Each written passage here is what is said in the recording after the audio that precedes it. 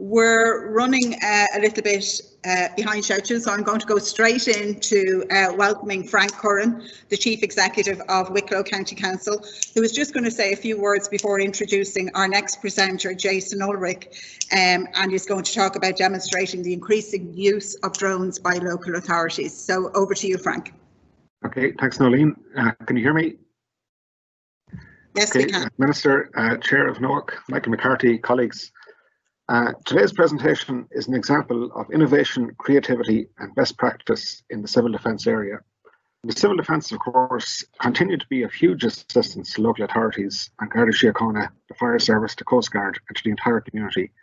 And you'll see here how the civil defence continues to embrace technology, develop as an organisation and develop staff and volunteers.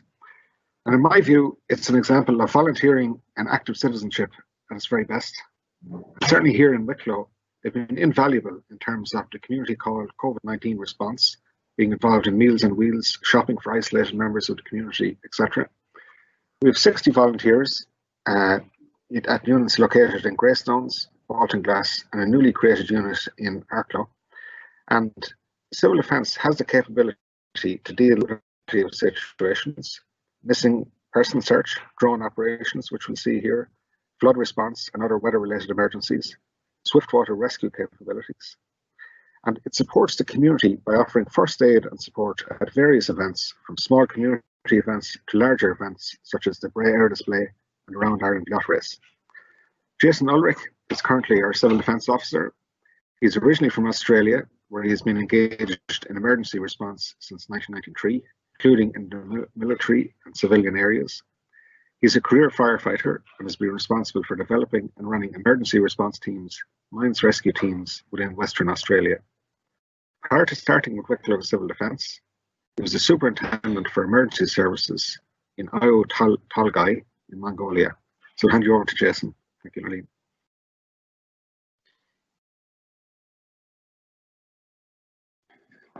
Good morning. Thank you for that, Frank, and thank you for the opportunity to present on and represent both Wicklow County Council and also Civil Defence. Can everybody hear me okay? Yeah. Okay, so as Frank pointed out, we're going to be looking at the operation of drones and UAVs within Wicklow. So currently within Civil Defence, there are 20 operational units nationally throughout Ireland. And there's just a quick snapshot of where the units are based. Again, at this stage it's 20, but as we go along, and you'll see this is such an important aspect of supporting emergency services in assisting what they need to get accomplished. So in a snapshot, the craft that we have in service in Wicklow is a Matrice 210, and that's the photo there of the craft that we do have. It is dual gimbal capable. So what that means is, by that photo, you'll notice there's two attachments to the craft, and that's through the dual gimbals. The craft that we're operating here in Wicklow operates a 1x30 optical zoom camera and one thermal imaging camera. Now, these cameras are exceptionally handy and important. This is what makes the craft so good, especially in the use with supporting the fire service and also looking for missing persons. Currently, there's only 2 of these craft in Ireland. The other is operated by the Galway Civil Defence. It is also what we consider an all-weather craft. So a lot of the other aircraft that are being flown at the moment are of the smaller recreational style that have the cameras mounted on them. This here is a more purpose-built type of craft.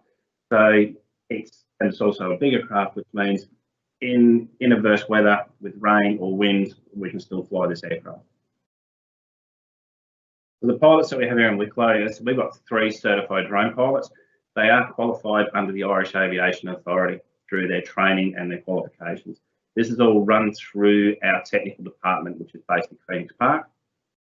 Now, the drone unit, which is based in Wicklow, due to the fact that we've got 1 or 2 aircraft of its type in Ireland, again, it's a national asset. Again, a lot of this is funded through the Department of Defence. So as I said, the aircraft is used here quite regularly, but it is also called upon to assist other counties if they've got certain aspects in place, such as missing persons. The types of operations that we are capable and often quite tied up with is supporting on Garda Síochána. Again, majority of that the calls from the guards would be for searching for missing persons. We've assisted the fire service with the thermal imaging camera that's based on the aircraft. We can supply thermal mapping of fire grounds and forest fire situational awareness.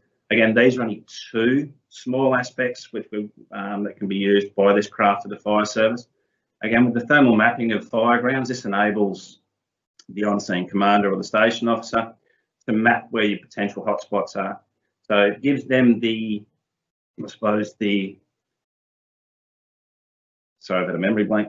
I suppose it gives them the peace of mind that once they've finished at let's say a gorse fire, we can then map out the hotspots, so they know when they leave that there's no potential of a reignition in that situation. Also, the local authority, the craft can be used to carry out site surveys, area reports after severe weather events and flooding. With some of the newer technology that is coming on board, I know it's being tested at the moment through Phoenix Park. Let's say we've got a severe weather event and we're looking at a potential flooding within the county.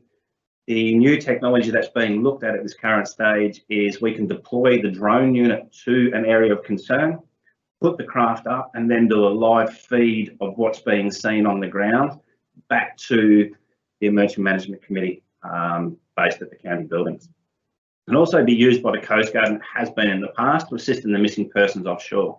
Again, utilising this craft, it also ensures safety for the guys on the ground. So in a nutshell, this year we have been deployed 5 times. Out of those 5 times, 2 of those have been out of county assistance within the civil defence for missing persons, one being Wexford and one being Meath. So what I've done here is I've just taken a quick snapshot of 2 of the operations that we were involved with and just condensed them. So August 2020, approximately 18 to 40 hours, we received a call from the public through the guards.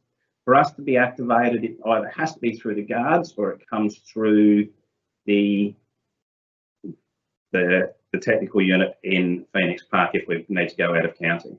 This came through, this was probably a different one to what we're used to.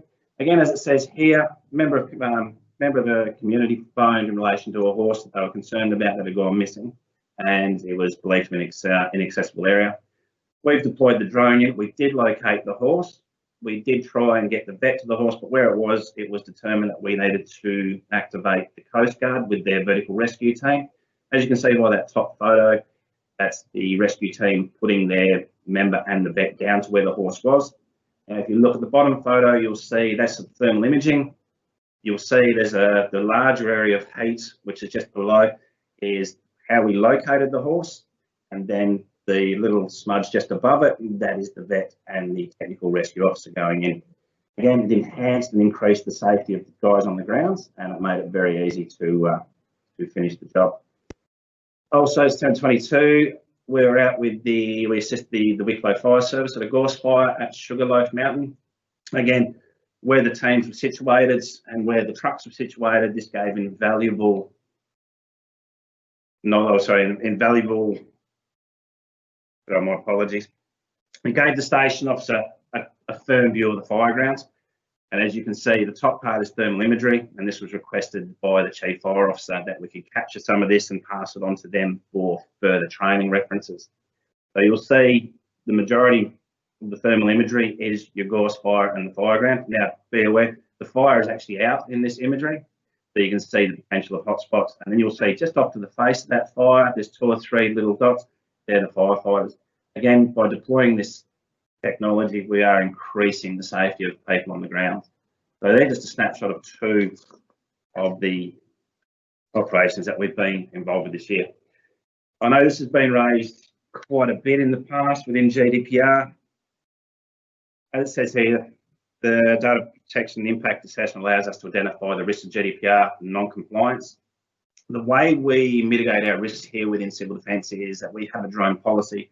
This is across the board nationally within all drone units and is comprised and issued from our technical department in Phoenix Park. So foremost, we do not train in an area where there is a risk to personal image rights, and the pilots do not press the record button unless absolutely essential and is requested by either the officer in charge on the ground, which is myself, or through the requesting agency, as in Non-Guided Share Kana. Now, with that, again, all flights are logged once the aircraft is airborne. This is through its in-flight software. It is also submitted through to our technical department based out of Phoenix Park. At the end of the day, every time that aircraft is used or it does take off, it is logged. Now, with the don't press the record button, again, we're solely utilising the drone as a platform. So it's just giving us a heads-up view and trying to locate, in this sense, a missing person. If we are required to press the record button, that footage will be reviewed on the aircraft returning back to the van, which has the capability of reviewing all the footage. And if it's in the sense of a missing person, or we find a deceased person, that is then handed over to the guards or the requesting agency. So at the end of the day, if there is any recordings done, it is handed over to the requesting agency, and then we do not have a copy of it. Now, the exciting thing we're looking forward to now is the future technology plans. Currently, we're in the process of increasing our technical search capability with the acquisition of a Sonar Emily platform. Put it in a nutshell, this platform will be one of very few in Europe. It'll be the only one of its type in Ireland. Only ones outside of Ireland, there is a swift water rescue craft in England, and there are two Sonar Emilys, one being located in France and the other in the Netherlands, being used by their fire departments. So what is Emily? Emily is an emergency integrated life-saving lanyard. So in a nutshell, it's a robotic device used for rescue and recovery. So it operates on battery power and is operated by remote control after being dropped into the water, and can be deployed from shore, boat, pier or helicopter. Again, it's a very handy piece of equipment. So Emily is the platform itself. We're looking at the Sonar Emily, which will run a side sonar system. It provides high resolution bottom imagery for locating drowning victims, submerged vehicles or sunken boats. Now, this technology with the sonar, again, is used by Civil Defence, but this platform is the first of its type. It is developed and produced in America. The exciting thing about this is it can be deployed in such a way that it's a rapid deployment. At the moment, due to the fact that Civil Defence is a voluntary organisation, if we do get a call in and it's urgent, it's up to just how, sometimes it can take a while for the volunteers to get here. Again, we're not a 999 agency, we're a support agency. By having this is quite easily throw it in the vehicle and get it to sea, and it can be operated by one person. Again, I'll put it into context. I suppose from the photo, you can't gather its size. It's 1.27 metres in length and it's 16 kilos. Again, so it's easy enough to deploy by one person. So it can be used manually or autonomously. So manually, it's just like remote control. Autonomously, we go through the data, the software, and we can actually predetermine a map where we want it to search. I suppose it also can be used by Non-Guided Share Kana to locate submerged evidence. Again, by utilising this technology, it will remove, I suppose it's a safety aspect. If we were trying to locate a drowning victim in fast flowing water, we're looking at deploying 3 or 4 people in a boat to use manually operated sonar equipment, whereas this mitigates that safety factor where we throw this in the water and it can be used without any hazard or risk to any person being deployed to that water. You'll also notice that on the red cover there are 2 black handles. This can also be used as a life-saving device. So you can shoot this out to a person, remote control, they can grab onto it and it has the power to bring them back. So that's it pretty much in a nutshell from me. I know we're going into questions and I dare say some people have some questions, but look, again, thank you for the opportunity to present and I hope you enjoyed the presentation.